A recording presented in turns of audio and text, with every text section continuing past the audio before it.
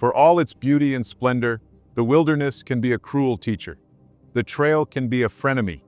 It lulls you in and makes you think you are in control. But then the sun shifts and the shadows grow long. The ground turns to a stranger beneath you. You take a step and then another, and suddenly the world no longer makes sense. You were a hiker, now you're lost.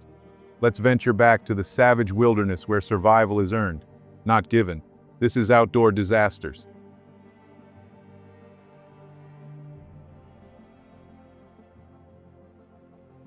For Andrew Devers, his hike would be a nightmare. 25-year-old Andrew Devers woke up early in Seattle on Friday, June 18, 2021.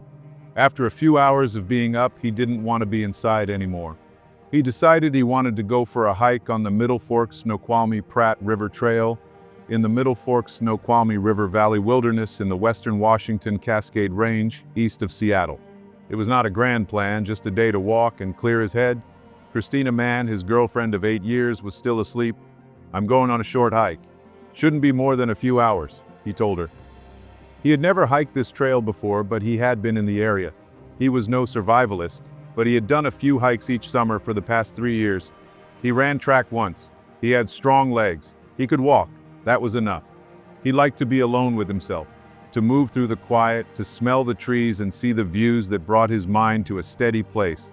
So he got in his car and headed for the mountains. He reached the trailhead around noon.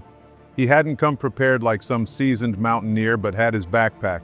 In it, he carried a notebook for thoughts, a can of SpaghettiOs, a book, and a giant thermos of water and Mountain Dew. He had ADH. His doctor prescribed stimulants for it, but caffeine worked as well, and he figured it might help him focus. He brought 2 cans. It was a gorgeous day at the hiking trail. The breeze was hitting off the water and the sun was dappling through the trees. "I was having a good time," he said. The trail was new for the season, not well kept. Grass rose to his knees, sharp at the edges. The way was hard to follow. He hiked a few miles and came to a sign. "Landslide ahead, do not continue." But he kept walking. 30 minutes passed, maybe more. When he looked up, the landslide had torn the trail apart. He stood there, looking for a way forward, but there was no straight path, no clear direction. He didn't think too much about it.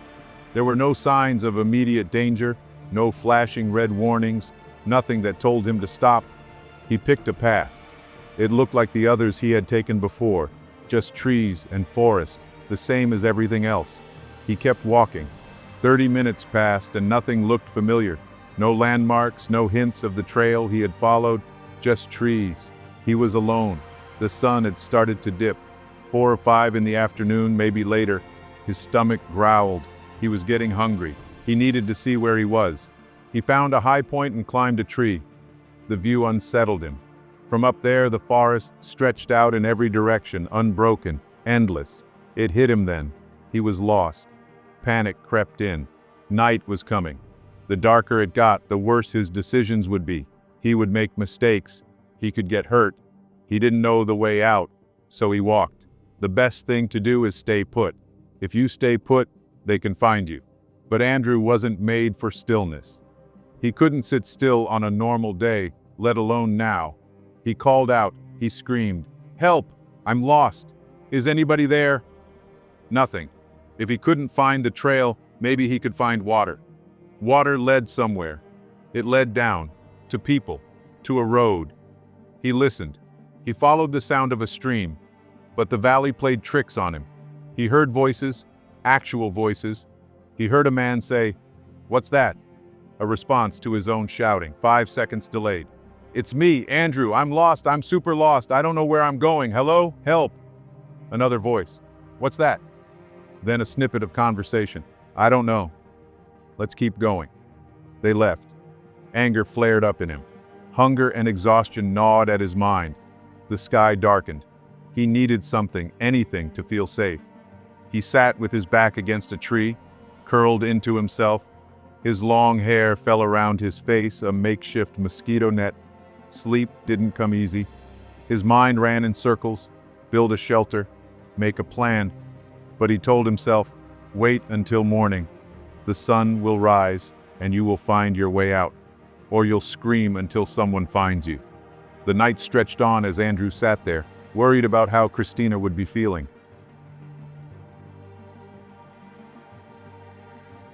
Christina woke up alone in Seattle. She stretched, checked her phone, looked around the apartment. Usually there was a note, a text, something from Andrew telling her where he had gone. This time, nothing. He always left something. A quick message, an email, a scribbled note on the counter, but now there was silence. She told herself it was fine. It's whatever. He'll be back. By late afternoon, he still wasn't. A familiar worry crept in, but she pushed it aside. Andrew was prone to distraction. He would veer off his plans, meet new people, and end up somewhere unexpected. That was who he was. But he never forgot to tell her where he was going, not like this. That was when she started reaching out. "Hey, are you with Andrew? Has he talked to you today?" "Haven't heard from him." She cycled through worry and justification. Maybe he had met some hikers, made new friends, and decided to camp out. Maybe he would come back full of stories about an unexpected adventure. Night fell. He didn't come home. Christina slept alone. By the next morning, the justifications stopped making sense. It had been 24 hours. Andrew wouldn't do this. Not to her. Not without a word. Something was wrong. She called the police, filed a report. Soon, she was sitting across from officers, answering their questions. As the weekend stretched on, the worry turned to action. The detectives hadn't found Andrew's car. That meant he was still out there somewhere. She wasn't going to wait. Her best friend flew in from out of state. Andrew's hiking buddy Cam offered to help. The three of them made a plan. They called themselves the Andrew Rescue Squad. "We don't know where he is, but let's put ourselves in his shoes. Where would he go?" she said. They spread a map on the table. They marked the trails. They got in the car, and they went to find him. Back at the search base, rescuers brought in dogs to track his scent. The forest was too vast, too dense. They needed every advantage. Devers woke to birdsong and morning light breaking through the trees. It dappled across him, warm against the chill that still clung to the air. The nights had been cold. Too cold for a man in just shorts and a t-shirt, but the morning was comfortable. He sat up. He was as close to the trail as he had probably ever been. Walking would only get him more lost. So he stayed put and started yelling. For hours he called for help. Nothing answered him. His voice turned raw. He hated being still. He needed to move. The frustration festered. Hunger gnawed at him, twisting the irritation into something darker. He needed water. He heard a stream and followed the sound, shouting as he walked. His mind turned against him.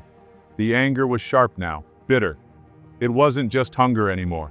It was something more profound. He told himself no one was coming.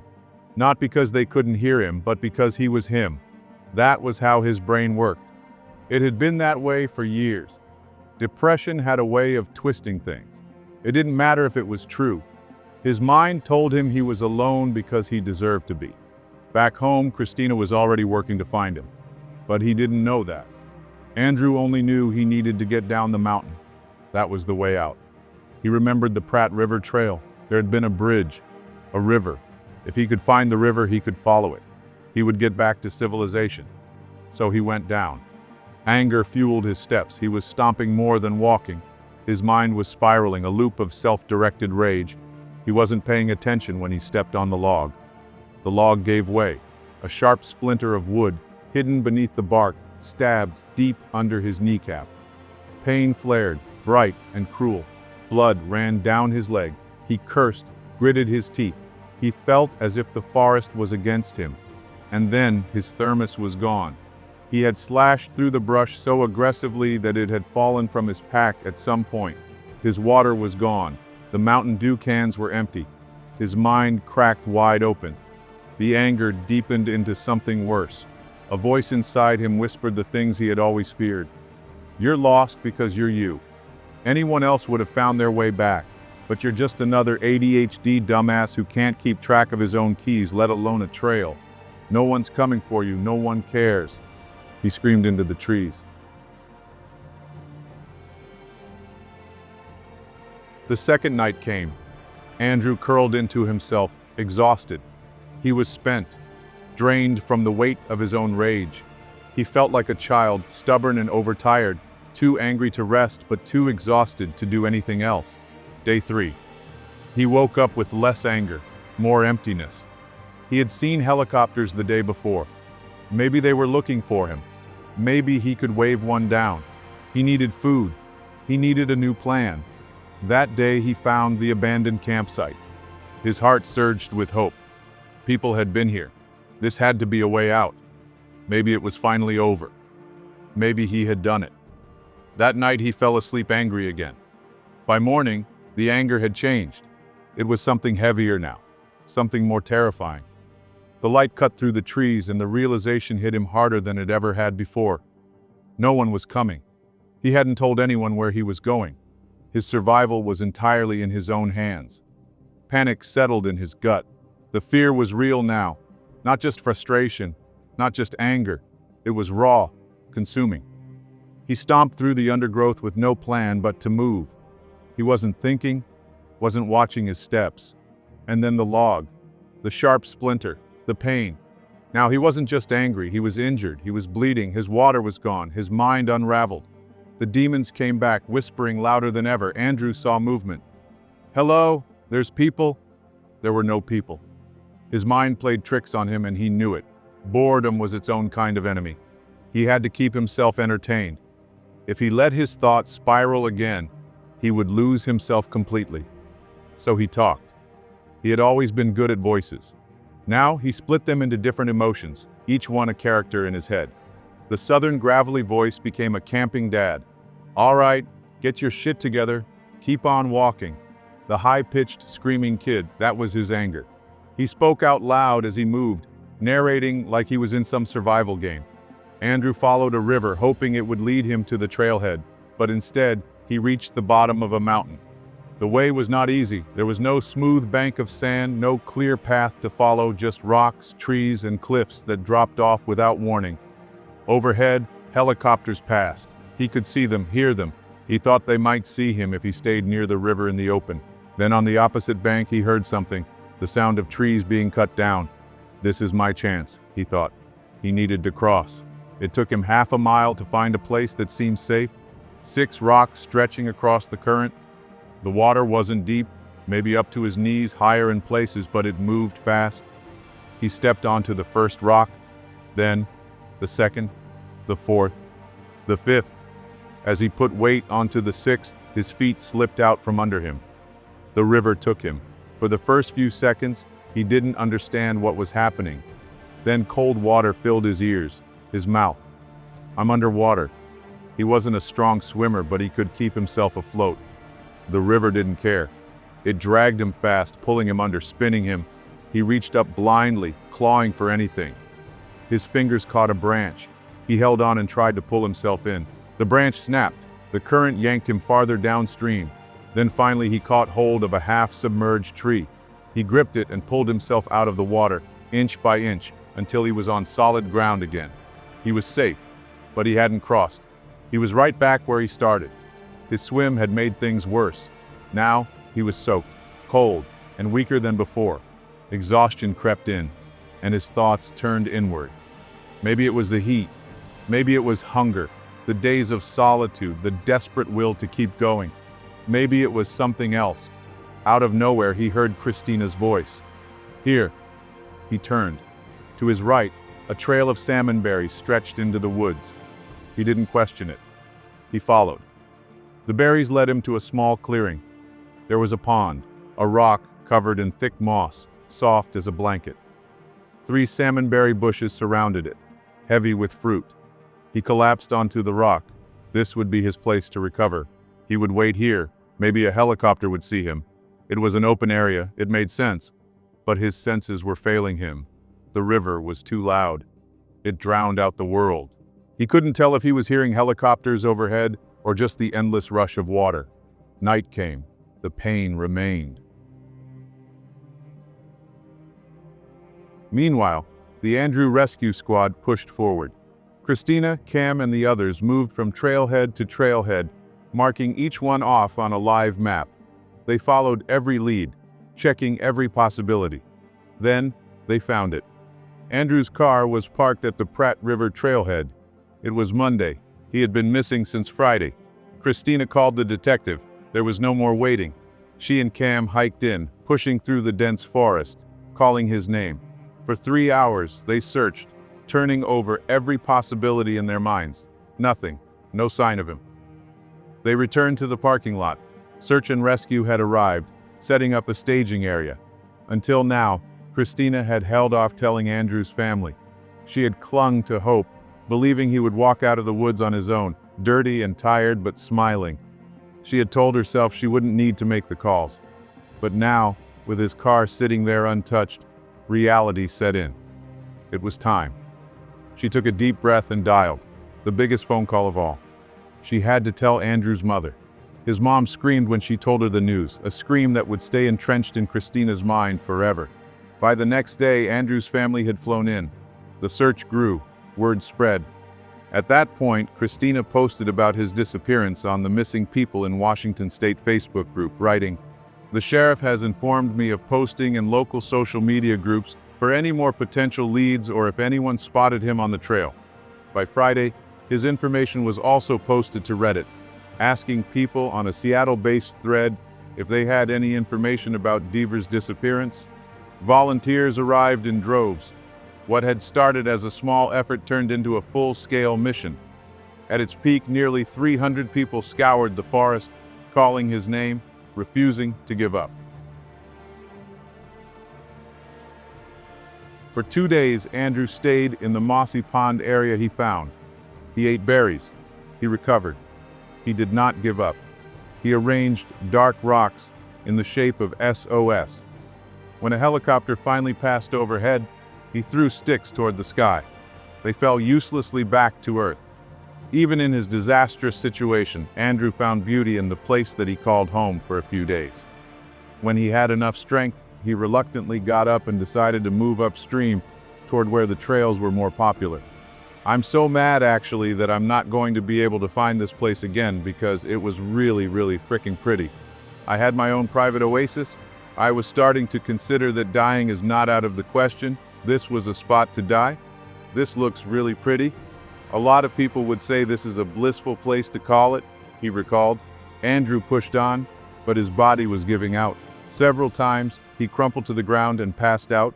Each time he got back up, each time survival felt less likely, but he forced himself forward.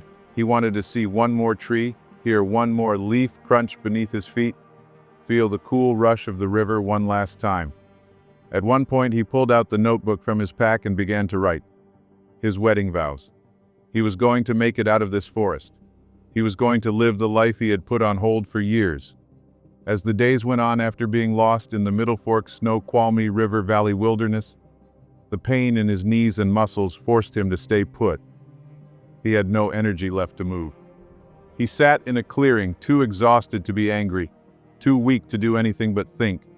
His thoughts turned inward deeper than before. 2 days ago, he had hated the man who got lost. Now he had to face himself.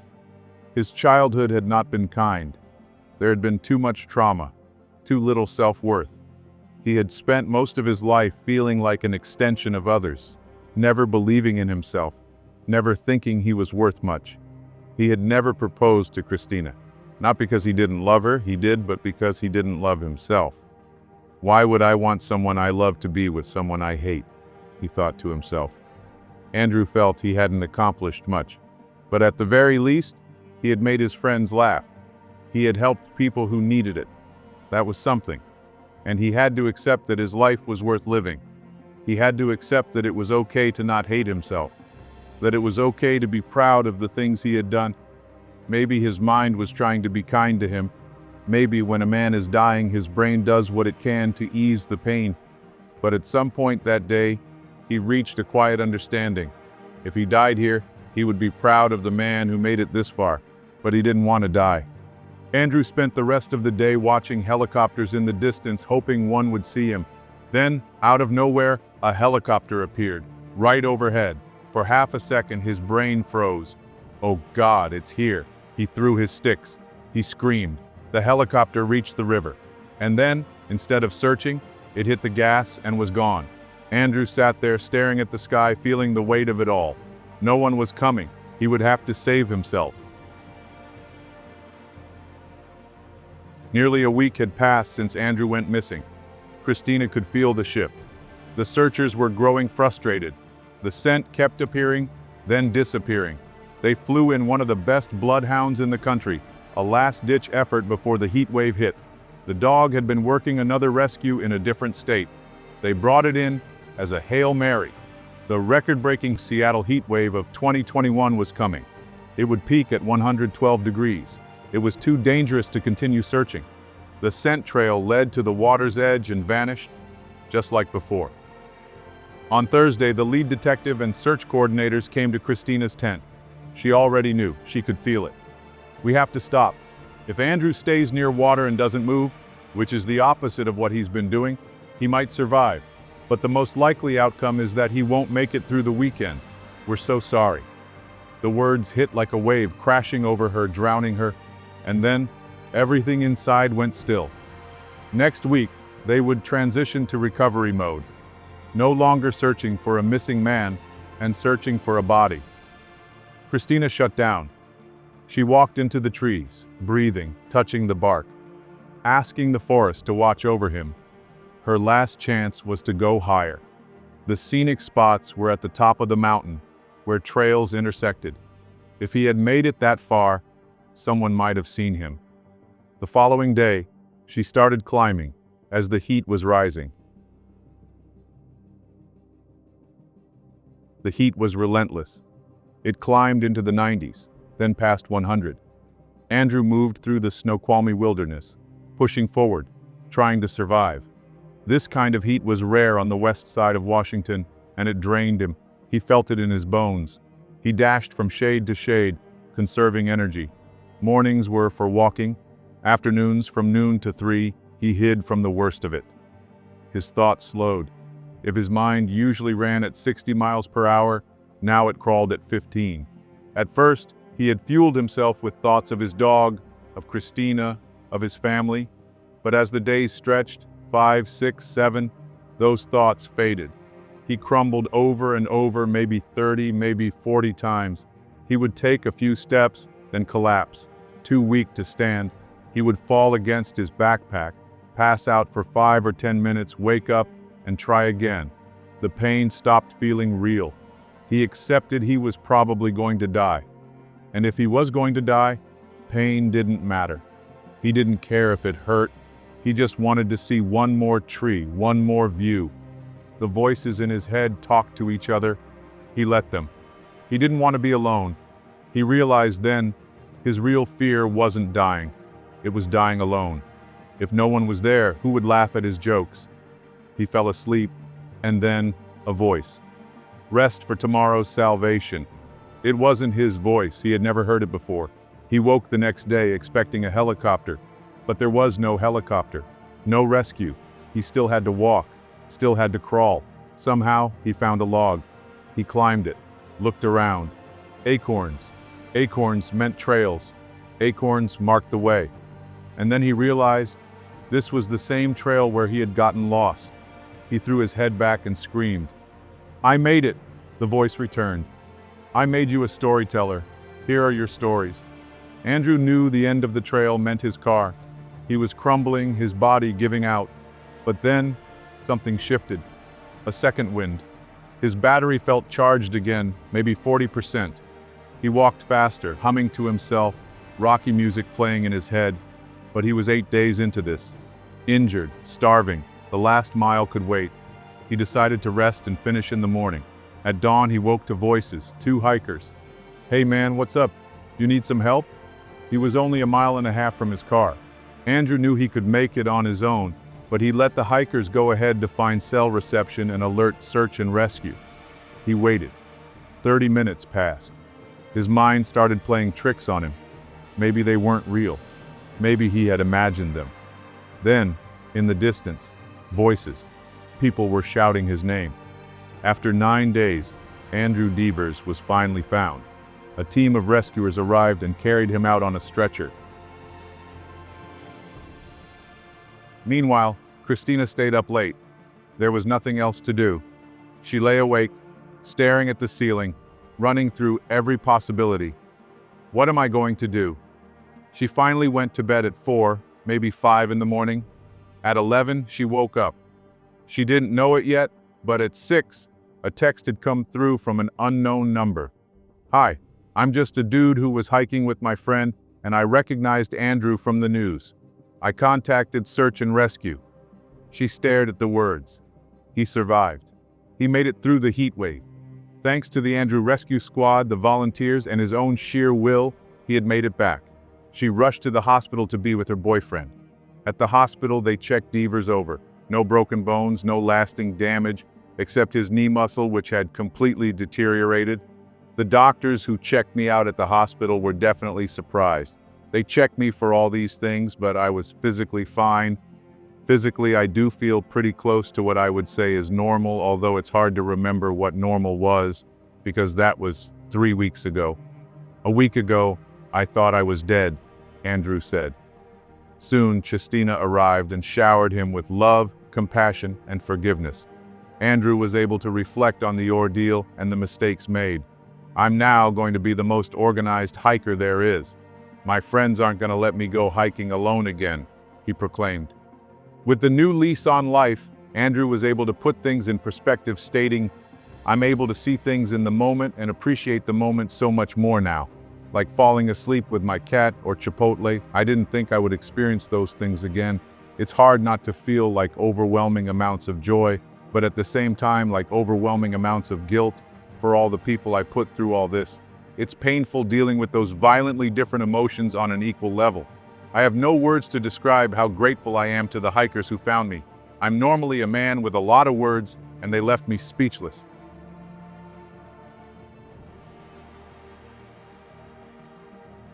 When getting lost on a trail, first comes the doubt, then the fear, then the cold, the hunger, the thirst. The body weakens, the mind fogs, and the choices become desperate. Every wrong turn is a debt, and the wilderness collects its payment in suffering. The night is long, the dark absolute, and the silence stretches forever. Getting lost in the wilderness is not just a test of endurance, it's a test of your mind. The moment you realize you're off course, stop. Breathe. The worst thing you can do is panic and start running in random directions. Panic wastes energy, clouds judgment, and turns a bad situation into a deadly one. If you're on a marked trail, staying put is often the best option. Search and rescue teams always start from the last known location, and the more you move, the harder you are to find. Make yourself as visible as possible. Noise is your friend too. 3 loud shouts or whistle blasts signal distress. Rescuers aren't looking for a tiny human lost in the woods. They're looking for movement, unnatural colors, and sound.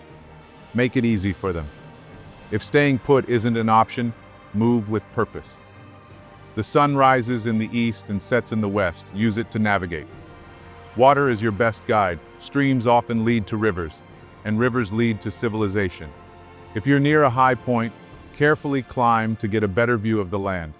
Look for roads, power lines, or signs of human activity. But be careful. Moving blindly can lead you deeper into danger. Stick to clearings and open spaces rather than thick brush where you can easily get stuck or injured. Water is more important than food. You can survive weeks without eating, but dehydration will take you down fast. Once you have water, focus on warmth. Even in mild conditions, exposure can be lethal. Stuff dry leaves inside your clothes for insulation. Build a windbreak with branches and keep your core dry. Sweat can be just as dangerous as cold when the temperature drops at night. Most importantly, conserve your energy. Moving for the sake of movement is dangerous. If the night is falling and you're still lost, stop. Traveling in the dark is a fast track to injury. Instead, hunker down, stay warm, and wait for daylight. The wilderness is neither cruel nor kind, it simply exists. Your survival depends on keeping a level head, working with the land, and never ever giving up when you're in the middle of an outdoor disaster.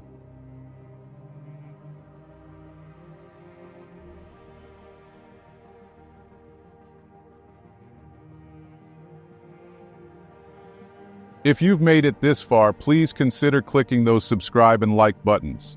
Want more outdoor disasters content? Check out these videos I believe you'll enjoy. Thank you for watching.